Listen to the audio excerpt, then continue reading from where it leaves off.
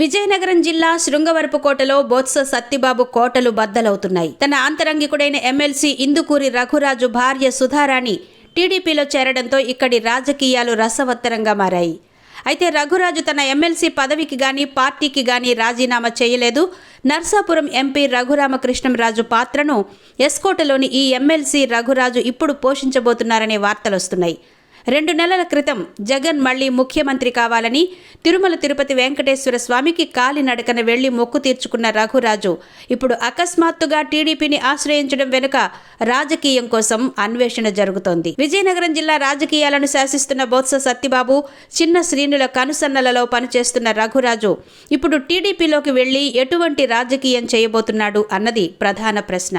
మరోపక్క Srungavarapukota assembly Visakha parliament పరిధిలోకి వస్తుంది. ఇక్కడి నుంచి బొత్స సత్యబాబు భార్య ఝాన్సీ పోటీ చేస్తున్న విషయం తెలిసిందే. ఇప్పుడు రఘురాజు వర్గీయులు టీడీపీలోకి వెళ్లినందువలన ఎస్కోటలో బొత్స కుటుంబానికి భారీ నష్టం జరిగే అవకాశాలు కనిపిస్తున్నాయి.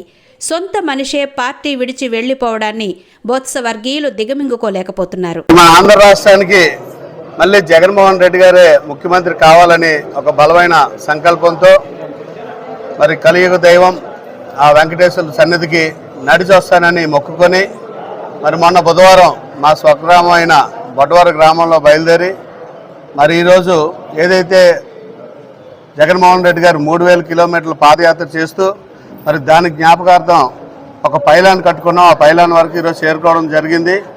నేటికి సుమారు మా యాత్ర 35 కిలోమీటర్ల మేరకు చేరుకున్నాం. మరి ఇంకా సుమారు 800 కిలోమీటర్లు నడాల్సిన ఇంకా ఈ యాత్ర ఉంది.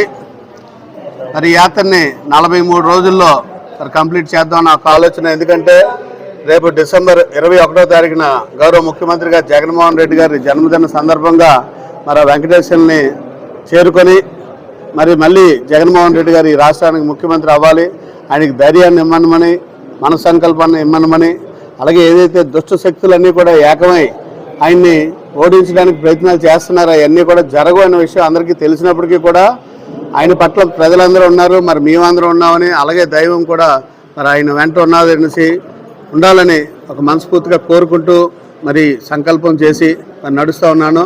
మరి నాతో పాటు మరి అన్ని మండలాల నుంచి నాయకులు, పెద్దలు అందరూ కూడా ఈరోజు మరి విజయనగరం జిల్లాకు సంబంధించి మరి డిప్యూటీ స్పీకర్ గారు కోలగట్ల వీరభద్ర స్వామి గారు ఆశీస్సులు ముందుగా తీసుకొని అక్కడి నుంచి ఆ రోజు గౌరవ పెద్దలు ఎమ్మెల్యే గారు గజపతినగర్ ఎమ్మెల్యే గారు రావడం జరిగింది, అలాగే ఎస్కోట ఎమ్మెల్యే గారు రావడం జరిగింది. అలాగే ఈరోజు యాత్ర అంతా కూడా మరి పెందుర్తి నియోజకవర్గం చేరుకుంటాం. అక్కడ కూడా ఎమ్మెల్యే గారు అదీప్ రాజు గారు మా బాధ్యత అంతా తీసుకుంటామని చెప్పడం. ఆ తర్వాత నెక్స్ట్ అనకాపల్లి నియోజకవర్గం వెళ్తాం. అక్కడ కూడా మరి ఎవరైతే మన గుడివాడ అమర్నాథ్ గారు ఉన్నారో మంత్రి గారు, ఆయన మా నియోజకవర్గం బాధ్యత అంతా నేను తీసుకుంటానని ఎంతో అభిమానంతో ఈరోజు చేస్తున్న కార్యక్రమం చిన్న కార్యక్రమం కాదు, మీ అందరం వెంట ఉంటామని చెప్పడం నిజంగా చాలా సంతోషం. అలాగే ఈ నిర్ణయం కూడా గౌరవ రీజనల్ కోఆర్డినేటర్ వైవి సుబ్బారెడ్డి గారి ఇంట్లోని మరి నేనైతే తీసుకోవడం జరిగింది. ఆయనకు చెప్పగానే నాకు చాలా మంచి కార్యక్రమం, నువ్వు చెయ్యి, నీకు వెనకాల సపోర్టివ్గా నేను ఉంటానని చెప్పారు. అలాగే గౌరవ మంత్రి గారు బొత్స సత్యనారాయణ గారు అవనండి, జిల్లా పరిషత్ చైర్మన్ గారు చంద్రశ్రీని గారు అవనండి, అలాగే మా జిల్లాలో ఉన్న ఎమ్మెల్యేలు, ఎంపీలు అందరూ కూడా పూర్తి సహకారం అందిస్తానని చెప్పి, అలాగే విజయసాయిరెడ్డి గారు కూడా విజయవాడ దగ్గర నుంచి తిరుపతి వరకు నేను బాధ్యత పడతాను రఘు అని చెప్పడం నిజంగా చాలా ధైర్యాన్ని ఇచ్చింది. అలాగే చూస్తూ ఉన్నాను గత 3 రోజుల నుంచి కూడా వేలాది సంఖ్యలో ప్రజలందరూ కూడా ఈ రాష్ట్రానికి జగన్మోహన్ రెడ్డి గారు మళ్ళీ ముఖ్యమంత్రి అవ్వాలి, ఆయన ముఖ్యమంత్రి అయితేనే రాష్ట్రంలో అన్ని వర్గాల వారు కూడా సుఖ సంతోషాలతో ఉంటారని, అటు అవ్వాతాతలు అవనండి, అలాగే విద్యార్థులు అవనండి, రైతన్లు అయితే అవనండి, మహిళలు అయితే అవనండి, ఈరోజు ఆయన ఇచ్చిన హామీలే కాకుండా నవరత్నాలతో పాటు ఆయన ఏదైతే సుదీర్ఘ పాదయాత్ర చేశారో సుమారు 3648 కిలోమీటర్లు ఆ పాదయాత్రలో కొన్ని కోట్ల మందిని ఆయన కలుసుకున్నారు. వాళ్ళు చెప్పిన సమస్యలన్నీ కూడా ఆయన ఈరోజు 198% తీర్చడం నిజంగా గొప్ప విషయం.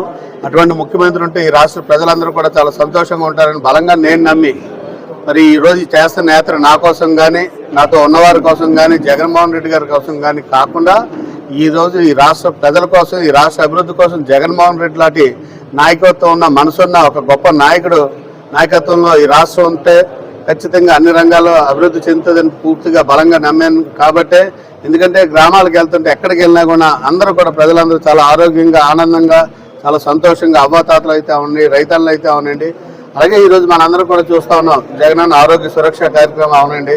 అలాగే పశు సురక్ష కూడా పెట్టి, ఎందుకంటే మనుషులకే కాదు ఓట్లు ఉన్న వాళ్ళకి జగన్మోహన్ రెడ్డి గారు ఏదో చేస్తున్నారు కాదు, ఈరోజు నోరు లేని జీవాలకు కూడా ఆయన అంత జాగ్రత్తగా చూసుకుంటూ ఉన్నారు. ఈ రాష్ట్ర ప్రజలందరూ కూడా నా కుటుంబ సభ్యులు అని ఏదైతే ఆ రోజు అన్నారో అలాగే చూసుకుంటున్నారు.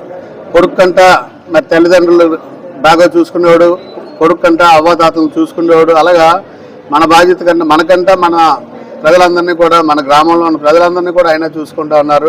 మరి మేమందరం కూడా ఆ పార్టీలో ఉండడం, మరి జగన్మోహన్ రెడ్డి గారి కోసం మేమైతే రేపు రాబోయే రోజుల్లో ఆయన ముఖ్యమంత్రి చేయడానికి